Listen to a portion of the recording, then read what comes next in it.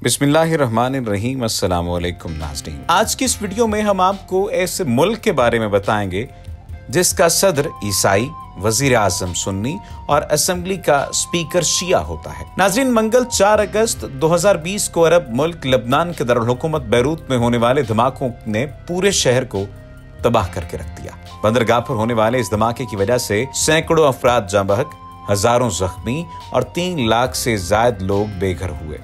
धमाका इतना शदीद था कि ऐसे लगा जैसे कोई एटमी हमला हुआ है। इस धमाके में बनने वाले धुएं के बादल ने इसी तरह खुम्बी की शक्ल इख्तियार की जैसे जौहरी धमाके के नतीजे में होती है। नाजरीन, हमें ये तो पता है कि लबनान एक अरब मुल्क है, लेकिन यहाँ के सियासी निज़ाम के बारे में बहुत कम लोगों को पता है। आज की इस वीडियो में हम लबनान के सियासी निज़ाम के बारे में बात करेंगे कि आखिर क्यों वहाँ का सदर ईसाई, वजीर आजम सुन्नी और असेंबली का स्पीकर शिया होता है। नाज़रीन, लबनान एक छोटा सा मुल्क है जो ज्यादातर पहाड़ी इलाकों पर मुश्तमिल है।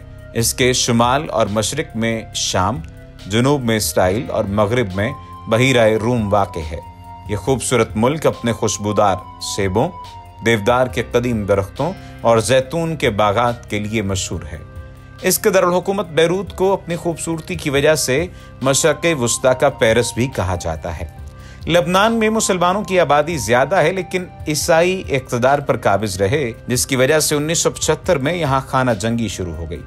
इसकी वजह फलस्तीनियों की एक बस बनी थी जो बैरूत के ईसाई अक्सरियती इलाके ऐनुर रहमाना के इलाके से गुजर रही थी कि इस पर हमला करके 27 फलस्तीनी पनागुज़ीनों को शहीद कर दिया गया। इस बस की कहानी भी इंतहाई दिलचस्प है। आज लबनान में उस बस को खाना जंगी की अलामत समझा जाता है।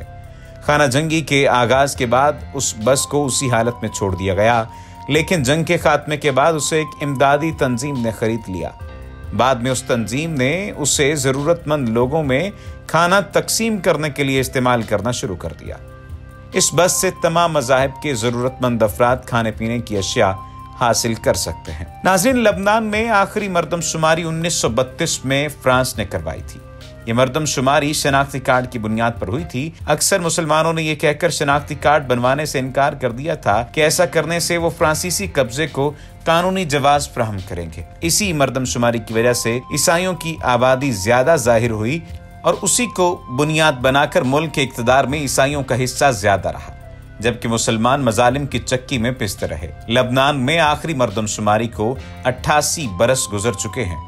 इस दौरान बहुत से ईसाई मगरबी ममालिक में मुंतकिल हो चुके, लेकिन फिर भी नई मरदमशुमारी नहीं कराई जा रही।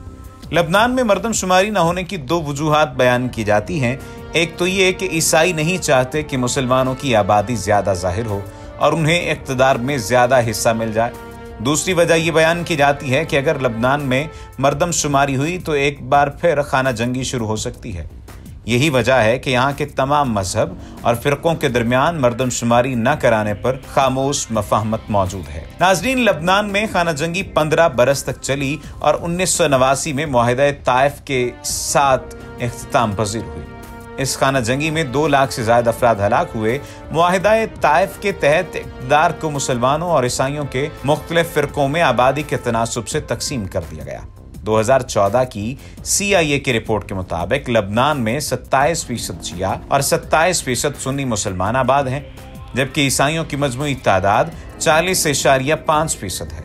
इनमें सबसे ज्यादा मेरोनाइट ईसाई हैं, जिनकी आबादी 21% है। यूनानी ऑर्थोडॉक्स ईसाइयों की आबादी 8%, कैथोलिक ईसाइयों की आबादी 5%, प्रोटेस्टेंट ईसाइयों की 1%, जबकि 5.5% दूसरे ईसाई फिरकों की आबादी है। 1989 में होने वाले ताइफ मुआहिदे के तहत पार्लियामेंट की नशिस्तों को 99 से बढ़ाकर 128 कर दिया गया और इन्हें मुसलमानों और ईसाइयों में बराबर तकसीम कर दिया गया। नाजरीन, इसी ताइफ मुआहिदे के तहत लबनान में इक़्तिदार को भी तकसीम कर दिया गया। लबनान का सदर अब ईसाइयों के मेरोनाइट फिरके से होता है, जबकि वजीर आजम सुन्नी मुसलमान, जबकि असेंबली का स्पीकर अहले तशी होता है। लबनान के स्पीकर को सदर के भी कुछ इख्तियारात तफवीज़ किए गए हैं, जिसकी वजह से ये ओहदा भी इंतहाई मजबूत हो गया है।